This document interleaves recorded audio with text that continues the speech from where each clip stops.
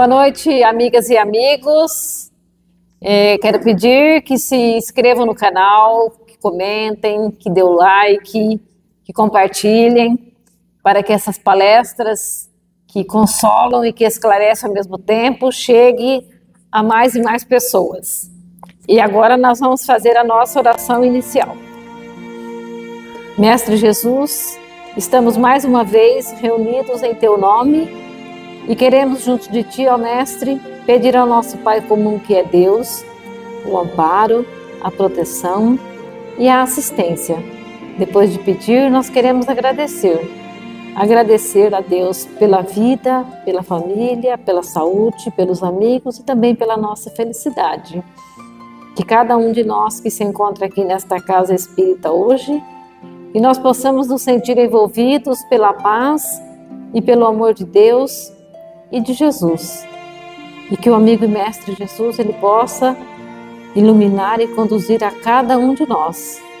E que também ele possa se fazer presente na nossa palestra da noite, através dos espíritos superiores, aqueles que trabalham com Jesus na harmonia dos mundos.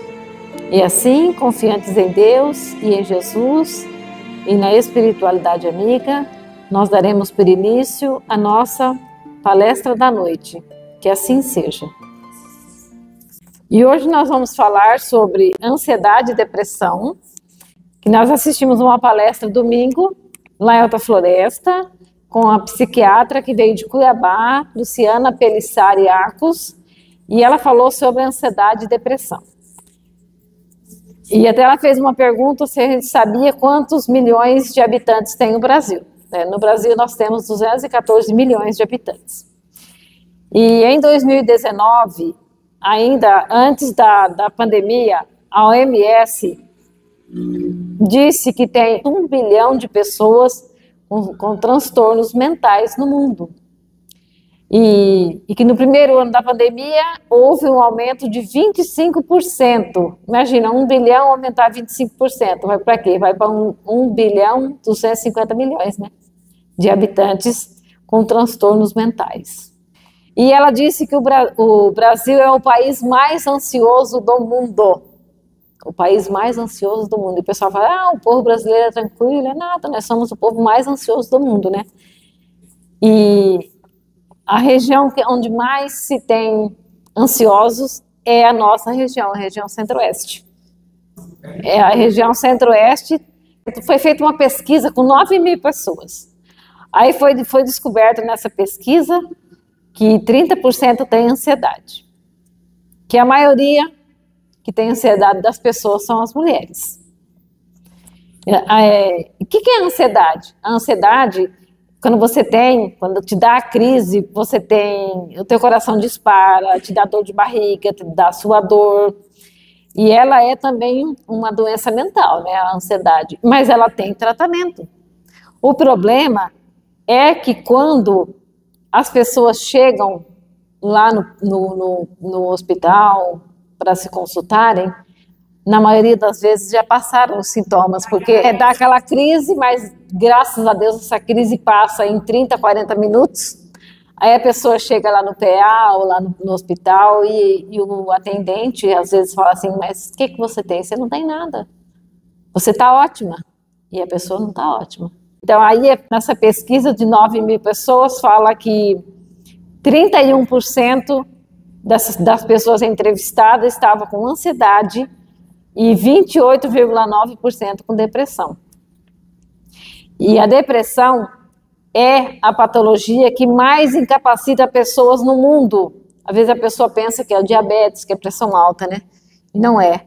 A patologia que mais incapacita as pessoas que não podem, não têm condições de trabalhar é a depressão. E a Luciana disse assim que amigos dela, peritos, a pessoa chega lá no INSS para fazer aquelas entrevistas, aqueles laudos que eles precisam, e eles têm coragem de falar assim, mas você está doente mesmo? Você está com uma cara tão ótima, mas a pessoa não sabe o que está passando por dentro daquele que está com depressão, né? Eles falam assim, você está com frescura, você tem certeza que você está doente mesmo? Você está com uma cara ótima. E eles falam que é frescura, que é falta de lavar louça, de lavar roupa, e é claro que a gente sabe que não é, né? Aí ela volta a falar da ansiedade, que a ansiedade é um trem ruim, sim, que começa do nada. Você está de boa, de repente o coração dispara, dá falta de ar, dá diarreia, dá vômito, dá dor de estômago, azia, mas ela passa em 30, 40 minutos. Mas se a gente for na terapia, a gente até consegue se tratar da ansiedade, mas quando ela já está muito avançada, você não consegue mais tratar a ansiedade só com terapia. Aí você precisa de tomar remédio. Então, no começo, você consegue controlar a ansiedade, mas com o tempo, desregula todo o seu organismo.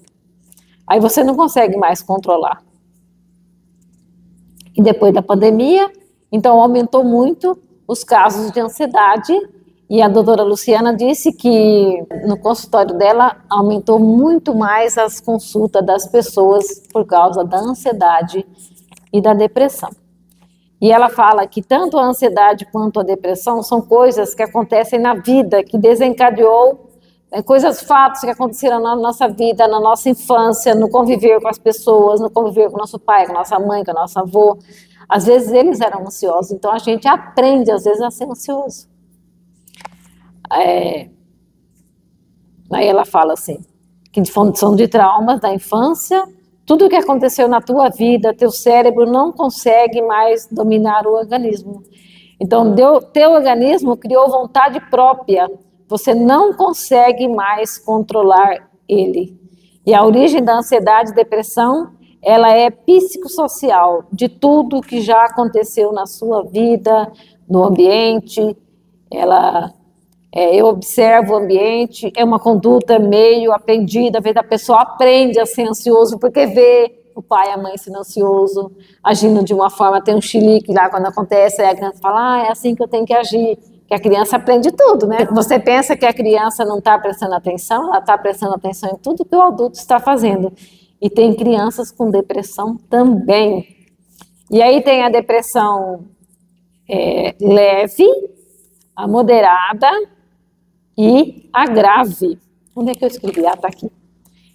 Muitas vezes os pais não olham para os filhos, não perguntam como eles estão, não almoçam juntos mais, não jantam mais juntos. É cada um por si e Deus por todos e o celular na mão, né? Você pode até não almoçar junto com o seu filho, com a sua filha, mas você está lá no seu canto com o seu celular. Então a depressão é uma tristeza da pessoa que ela quer morrer. Mas quando ela começa a tomar medicamento, passa a vontade de morrer. Então era a doença que estava causando aquela vontade de morrer, porque a depressão é uma doença. E é uma doença difícil de diagnosticar, porque ela é do espírito imortal, que é herdeiro de si mesmo. Às vezes a causa da depressão, da ansiedade, está até nas existências anteriores. Aí ela fala da depressão leve. Quando a depressão é leve, a pessoa às vezes consegue até sair dela sem tomar remédio, sem terapia. Mas quando ela já é moderada, a pessoa fala assim, eu não quero levantar, eu não quero ir trabalhar, eu não quero tomar remédio, mas a pessoa, assim mesmo, a pessoa levanta, a pessoa vai trabalhar, aí ela começa a fazer terapia, e aí ela vai, com o tempo, sair da depressão. Agora, quando ela é muito grave, a pessoa fala assim, eu tenho que fazer as coisas, mas eu não consigo. Ela tem que levantar para ir trabalhar, mas ela não consegue levantar para ir trabalhar. Ela tem que levantar para fazer os afazeres domésticos, mas ela não consegue. Ela prefere ficar no quarto escuro. A pessoa tem que tomar banho, mas ela não quer nem tomar banho. Ela quer ficar lá quietinha, no seu cantinho, muito quietinha. A pessoa quer sair de casa para trabalhar, mas ela não consegue, ela inventa desculpa, ela inventa uma doença e diz assim, eu não vou. Às vezes ela nem inventa nada e não vai e segue. E às vezes a pessoa tem preconceito com ela mesma, ela chega e fala assim, eu não sei porque que eu estou aqui no seu consultório, porque eu tenho tudo, não me falta nada. E a pessoa está depressiva, então ela tem preconceito até com ela própria, porque as pessoas têm preconceito contra quem tem ansiedade e depressão, né? E a gente tem que desmistificar. Não temos que ficar achando que ansiedade e depressão, que é frescura, que é falta de lavar a pia lá cheia de louça, ou lavar uma roupa, ou limpar a casa. Então a pessoa tem que se tratar, tem que tomar remédio, porque se não tomar remédio, ela vai ficar cada vez pior. Aí ela tem que tomar o remédio, ela tem que fazer terapia, ela tem que ir na casa espírita, tomar passe, ou vai onde ela quiser, fazer exercício físico, até o reiki, a doutora Luciana falou, que a pessoa tem que passar por tudo isso. E lá nós comunicamos que a gente hoje falaria sobre ansiedade e depressão e sobre a prevenção do suicídio, né? Então, o que é o suicídio? O suicídio é quando a pessoa tira a sua vida. Ela não quer tirar a sua vida, ela quer acabar com a dor. Mas aí ela não acaba com a dor e nem com o sofrimento. Ela sai do corpo e ela vai continuar vivendo e ela vai continuar num tormento ainda maior. Então, o suicídio é uma porta falsa. Então, nós temos que buscar todos os meios, uma boa leitura, uma boa palestra, buscar as coisas que alimentam a alma, porque se a gente ficar só pensando no materialismo, aí nos leva muitas vezes ao suicídio, né? Então vamos pensar na vida espiritual, dar valor à nossa vida espiritual, para que a gente não leve um susto, como está lá na palestra, né? Os 5 sustos após a morte, que muitos de nós vão sair do corpo e vai levar um susto, porque vai ver que a vida continua. Então vamos valorizar a vida espiritual, vamos refletir. E a pergunta 943, aqui do Livro dos Espíritos, fala assim: de onde vem o desgosto pela vida que se apodera de alguns indivíduos sem motivos plausíveis? Resposta: efeito da ociosidade. Às vezes a pessoa não faz nada, ela fica ociosa o tempo todo. Então isso pode levar muitas vezes ao suicídio. E também da falta de fé e geralmente da saciedade. Às vezes ela não tem fé nenhuma e ela tem de tudo, não lhe falta nada. É igual a pessoa chegar no consultório e falar assim: eu não sei porque eu estou com depressão, porque na minha casa não falta nada. Mas falta sim, falta alimentar a alma, né? Valorizar o espírito imortal que somos todos nós. Então, por isso que a depressão ela é muito difícil de ser diagnosticada muitas vezes, porque ela pode estar erradicada no ser imortal, né? E o espírito é herdeiro de si mesmo. Então a gente vai nascer com as nossas sequelas, com as nossas ainda imperfeições, também já com as nossas qualidades adquiridas, mas vamos trazer para essa vida tudo aquilo que nós já tivermos adquirido em existências anteriores. Então, para aqueles que exercem as suas faculdades com um fim útil e segundo as suas aptidões naturais, o trabalho nada tem de árido e a vida se escoa mais rapidamente. Aquele que faz o seu trabalho com coragem, o tempo passa que ele nem vê. Suportam as suas vicissitudes com tanto mais paciência e resignação, quanto mais agem tendo em vista a felicidade mais sólida e mais durável que os espera. Então, a gente tem que ter, em todos os momentos, muita paciência e resignação. O que é a resignação? É a gente aceitar aquilo que não pode ser mudado no momento, porque tem coisas que não dá para mudar, tem coisas que nós temos realmente que passar. Aí a pergunta 944, o homem tem o direito de dispor da sua própria vida? E a resposta, não, somente Deus tem esse direito. O suicídio voluntário é uma transgressão dessa lei. Então, quando nós tiramos a nossa vida, nós estamos transgredindo a lei de Deus. Só a Deus cabe tirar-nos desta vida. Ele nos dá a vida e Ele também nos dá a morte. Então, entramos na vida pelo nascimento e saímos dela pelo desencarne. Mas vamos continuar vivendo no mundo espiritual, de acordo com a nossa vivência aqui na Terra. Não vamos esperar que haja milagres, porque milagres não existem, e nem passe de mágica. Não é porque eu sou uma pessoa ruim, aí eu vou desencarnar, vou me tornar uma pessoa boa. Não, vou continuar sendo eu mesma, com meus defeitos, com as minhas qualidades. Mas aquela pessoa que é uma pessoa boa, ela vai continuar uma pessoa boa no mundo espiritual. Não vai haver passe de mágica, continuaremos sendo nós mesmos. 944A. O suicídio não é sempre voluntário? O louco que se mata não sabe o que faz. Às vezes nós cometemos o suicídio involuntariamente também, né? Na gula, na bebeção, na drogadição, fazendo coisas que nós não deveríamos fazer. Então nós estamos abreviando a nossa vida. Então se eu ia viver 80 anos e eu partir daqui deste mundo aos 60, eu terei ainda 20 anos de princípio vital que daria vida para o corpo. Então sofrerei no mundo espiritual por esses 20 anos.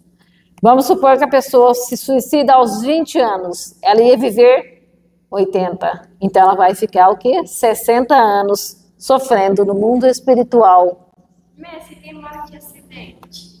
O acidente, quando ele não é causado, que ele é um acidente realmente, aí não é um suicídio involuntário. Agora, quando você sai desembestado na estrada a toda velocidade, você se mata, aí é um suicídio involuntário. É o que vale a intenção. É isso mesmo. Ela está diminuindo o seu tempo de vida aqui na Terra. Então vai voltar para o mundo espiritual antes do tempo e aí será considerado um suicida. Ela sabia do risco que estava correndo, né? E faz. Então aí não há desculpa. Não tem desculpa. Como diz a Maíse Braga, que a única coisa que não tem desculpa no mundo espiritual é o suicídio. Então, o que pensar do suicídio que tem por causa o desgosto da vida? A pessoa está desgostosa, aí ela vai e tira a vida. A resposta, insensatos, porque não trabalhavam. A existência não lhes teria sido tão pesada. Aí a 946A diz assim: os que levaram o desgraçado a esse ato de desespero sofrerão as consequências disso? A resposta, infelizes deles, porque responderão como por um assassínio. Então, se eu causo problema na vida da pessoa e faço com que aquela pessoa se suicide, eu sou responsável por esse suicídio. Então, me tornarei um suicida também, porque serei responsável por aquela pessoa ter tirado a sua própria vida. E vamos supor que na existência anterior a pessoa se suicidou aos 20 anos. Na próxima encarnação, aos 20 anos, ela tem tendência novamente a cometer o suicídio. E eu gosto sempre de contar aquela história daquela mãe que chegou na casa do Chico com aquela criança que era um pedaço de criança. O Emmanuel disse para o Chico que era um pedaço de criança, porque a criança era cega, era surda, era muda, e não tinha os dois braços. Aí a mãe chega lá no Chico, desesperada, porque além da criança ser cega, surda, muda e não ter os dois braços, apareceu uma enfermidade nas pernas daquela criança que os médicos disseram que a única solução seria amputá-las. Então a mãe estava desesperada. Aí o Emmanuel esclarece para o Chico, depois que ela vai embora, né, Clara, e fala para ela: esse pedaço de criança cometeu o suicídio nas suas 10 últimas existências anteriores. Apesar de não ter os braços, de não ver, não falar, não enxergar, mas ele caminhava. Então ele procurava um meio de ir para a rua e se jogar debaixo de um carro para cometer o suicídio novamente. Mas no mundo espiritual, antes do reencarne, ele pediu para Deus, para os mentores espirituais que o ajudaram nas escolhas das provas, que lhe fosse tirada toda a possibilidade de um novo suicídio. Então aquela enfermidade nas pernas não era por acaso. Ele próprio havia pedido, lá no mundo espiritual, que lhe fossem tiradas todas as chances de um novo suicídio. E aí foram amputadas as pernas dele, ele permaneceu ali na cama o tempo que estava programado para ele ficar nessa existência, enquanto existisse lá o princípio vital que dava vida para o corpo, ele permaneceu ali. Então ali ele começou a resgatar os seus débitos perante a lei de Deus. Então quando a gente vê alguém que é cego, que é surdo, que é mudo, que é aleijado, não tenhamos dó, porque essa pessoa está na lei de causa e efeito, colhendo por aquilo que ela semeou um dia.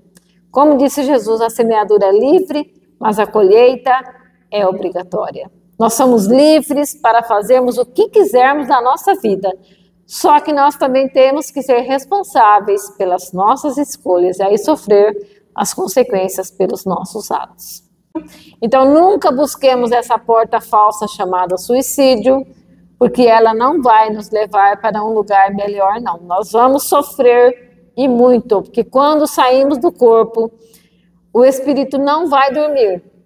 Só o corpo que fica, quando nós dormimos à noite, na cama, só o corpo fica dormindo. O espírito sai e vai trabalhar em obras que nós vamos encontrar prontas quando nós voltarmos para o mundo espiritual. Está lá na pergunta 402 do Livro dos Espíritos. O espírito vai trabalhar, vai estudar. Então é muito importante quando a gente vai dormir uma oração, pedir para o nosso anjo da guarda, os bons espíritos nos acompanharem, para que a gente possa ter bons sonhos, né? Porque nós sonhamos a noite toda. Até eu falo isso na palestra, lá o sonho e os sonhos, né? Nós sonhamos a noite toda, mas nós não conseguimos lembrar o que nós fizemos durante o sono, porque o nosso corpo ainda é muito grosseiro, então não consegue se lembrar de tudo o que nós fizemos. Lá no mundo espiritual, o espírito está com as suas faculdades assim mais vivas, mas aqui na Terra não, devido ao corpo, as nossas faculdades estão limitadas. Então às vezes a gente lembra, às vezes a gente não lembra. Não tem aquele dia que você sonha, você acorda, você fala, estou quebrada. É porque você trabalhou muito, né? O espírito trabalhou muito. Agora vamos fazer então a nossa oração final. Vamos mais uma vez agradecer a Deus, agradecer a Jesus, a espiritualidade amiga que nos amparou e que nos assistiu, e que neste momento cada um de nós eleve o seu pensamento para o seu familiar querido, para o seu amigo, para o seu vizinho, para quem nós queiramos que também participe desse passe, dessa energia que vem de Deus e que vem de Jesus e que serve de alimento para o corpo, para o espírito. Vamos pedir ao nosso Mestre Jesus que possa aliviar o sofrimento de todos os que sofrem, encarnados e desencarnados, aliviar também o sofrimento dos nossos irmãos suicidas, esses que buscaram essa porta falsa, que o sofrimento deles também possa ser amenizado. E vamos pedir a Jesus que nos dê força e equilíbrio necessário para trilharmos o caminho da evolução moral. E que nós possamos sair daqui desta casa espírita hoje mais consolados e mais esclarecidos do que quando aqui chegamos. E que o amigo e mestre Jesus possa nos iluminar e nos conduzir hoje e sempre. Que assim seja.